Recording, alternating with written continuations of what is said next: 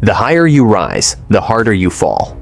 This adage perfectly encapsulates the dramatic trajectory of Xu Jiayin, the 66-year-old billionaire who once held the title of Asia's richest man, in 2017 with a staggering net worth of $42.5 billion.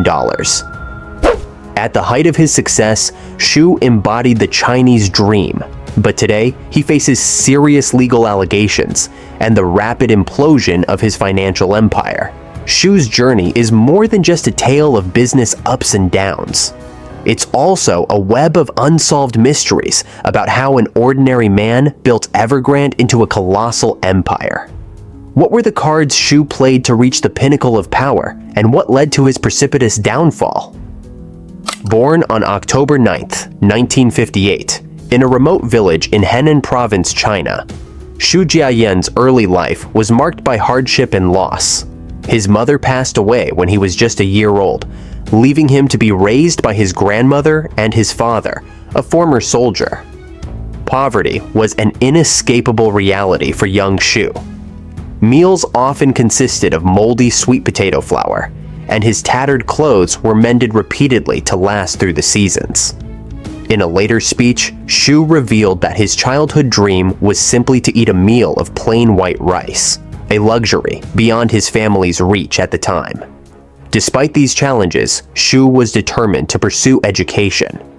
After graduating from high school in 1975, he worked at a steel factory, saving money to continue his studies.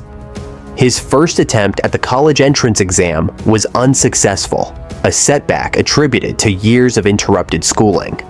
Undeterred, he studied relentlessly and gained admission to the Wuhan Steel Institute in 1978, ranking third in his class. Financial obstacles persisted during his college years, but two compassionate professors provided him with a monthly stipend of 20 yuan, a lifeline that allowed him to focus on his studies. Xu graduated in 1982, laying the foundation for his remarkable journey from humble beginnings to extraordinary success. After graduating in 1982, Xu Jiayin began his career at a steel factory in Wuyang. For the next decade, he honed his skills in operations and management, but he longed for greater opportunities. In 1992, Xu made a pivotal move to Shenzhen, a burgeoning economic hub and symbol of China's rapid modernization. Here, he discovered his passion for real estate while working for a trading company. Observing the massive demand for housing in urban areas, Xu realized the potential of the real estate market and decided to pursue his entrepreneurial ambitions. In 1996, Xu founded Evergrande Real Estate Group with the help of a few close friends and initial investors. The name Evergrande, meaning ever-expanding, reflected his vision for the company's growth.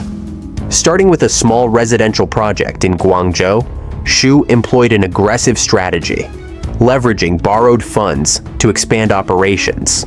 His innovative approach to marketing, which included offering affordable luxury housing, quickly set Evergrande apart from competitors. By 2009, Evergrande had gone public on the Hong Kong Stock Exchange, a milestone that solidified its position as a global real estate juggernaut. The IPO raised significant capital, allowing Xu to diversify the company's portfolio. Evergrande ventured into electric vehicles, healthcare, and even cultural enterprises, such as acquiring Guangzhou Football Club in 2010. This move not only boosted Evergrande's brand, but also aligned with national aspirations to elevate China's presence in global sports. Under Xu's leadership, Evergrande became synonymous with ambition and innovation. The company's rapid expansion and diversification embodied Xu's bold vision, but it also laid the groundwork for the financial challenges that would later threaten its survival. The year 2017 marked the pinnacle of Xu Jiayin's career and the height of Evergrande's dominance. That year, Xu surpassed Jack Ma and other Chinese business titans to become the nation's richest man, with his personal fortune peaking at $42.5 billion. Evergrande, under his direction, had grown into a real estate behemoth, employing over 200,000 people and managing 1,300 projects across 280 cities. By 2020, the company boasted a record-breaking $110 billion in revenue, further solidifying its position as a global powerhouse. Xu's influence extended far beyond the business world. In 2013, he made history by becoming the first private entrepreneur to serve as a standing committee member of China's top political advisory body, the Chinese People's Political Consultative Conference, a role he held until 2023. This appointment highlighted his clout not only in economic circles, but also in political spheres, a rare feat for a private businessman in China. However, behind the scenes, Evergrande's meteoric rise was built on a precarious foundation. The company's aggressive expansion strategy relied heavily on debt, with Xu continually borrowing to fuel growth and maintain operations.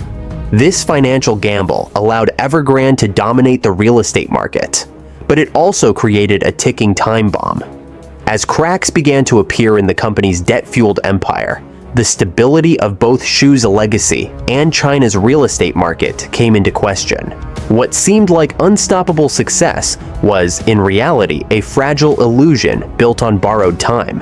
The Evergrande Show Choir stands as one of Xu Jiayin's most enigmatic creations. Founded in 1999, the choir operated in secrecy for over a decade before being unveiled to the public in 2011 during a grand company event. Its debut performance was nothing short of spectacular, with synchronized routines and breathtaking choreography that left audiences in awe. The group quickly became a symbol of Evergrande's prestige, performing at high-profile events such as the G20 Summit in 2016 and the closing ceremony of the Asian Games in 2018. However, the choir's operations were shrouded in mystery. Recruitment was notoriously selective, with stringent requirements for candidates. Applicants were required to be between the ages of 17 and 20, possess above-average height, and meet exacting standards of appearance and physical fitness. Moreover, they had to remain single and were prohibited from dating during their tenure. All final selections were personally approved by Xu Jiayin, a detail that only fueled speculation about the choir's true purpose. Despite its grandeur, the choir operated at a loss, relying on Evergrande's financial backing. Members received luxurious accommodations, generous salaries, and exclusive perks, such as access to high-end vehicles and upscale housing, a lifestyle that far exceeded typical artistic roles. These benefits, combined with the secrecy surrounding the group, sparked questions. Was the choir merely a cultural endeavor, or did it serve as a strategic asset for Xu to enhance his influence and network?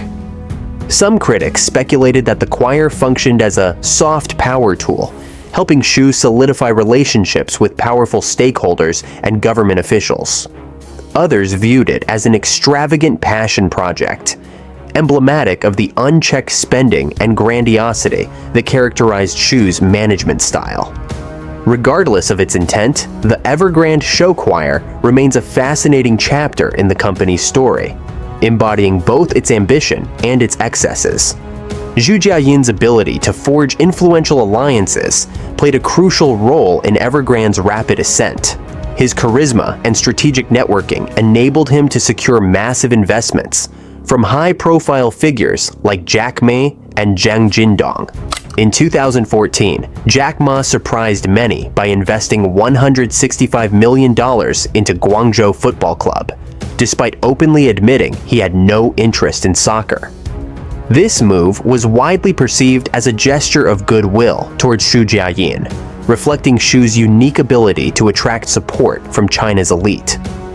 Similarly, Zhang Jindong, the chairman of Suning Holdings Group, poured an astounding $2.7 billion into Evergrande. These investments not only provided Evergrande with critical financial backing, but also underscored Xu's growing influence in China's business ecosystem.